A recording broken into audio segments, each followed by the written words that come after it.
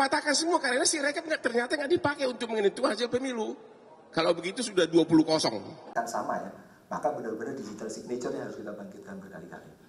Itu teknisnya seperti ini. Akurasi yang kami 60.000 itu sudah 99% yang mulia. Akurasi 20.000 akan ada 8.200. Jadi untuk meraih menjadi 100. Hari ini terbuktilah kepiawaian jam terbang tinggi dari tim lawyernya 02 ini. Benar-benar terbukti. Kenapa? Perdebatan hari ini 100% dimenangkan oleh kami. 12-0 untuk lawan. Kenapa? Kan salah satu inti gugatannya menyatakan bahwa hasil keputusan final suara tersebut cacat karena katanya berasal dari Sirekap yang curang.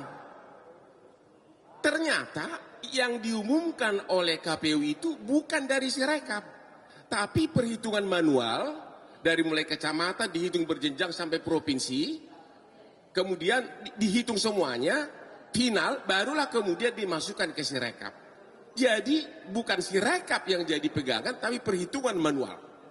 Jadi ya berjenjang, benar-benar perhitungan manual. Bahkan tadi salah seorang hakim, yaitu yang mulia Pak Arief, mengatakan, ngapain kita capek-capek bicara Sirekap kalau ternyata perhitungan final suara itu adalah berdasarkan manual dan berjenjang. Hakim aja menanyakan begitu. Jadi memang beda kualitas pengacaranya, itu aja bedanya. Hari ini kami de facto menang secara perdebatan 12-0 untuk lawan. Benar-benar hari ini sebagian besar isi gugatan itu sudah terpatahkan. Terpatahkan kedua apa? Kemarin kan 01 dan 03 mengajukan saksi ahli ITE untuk membuktikan Sirekap itu tidak benar.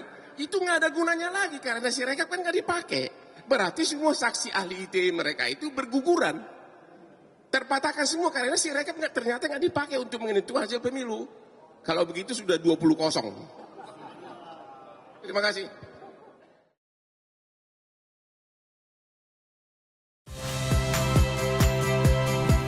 Saya Liviana Cerlisa. Saksikan program-program Kompas TV di siaran digital, pay TV, dan media streaming lainnya. Kompas TV, independen, terpercaya.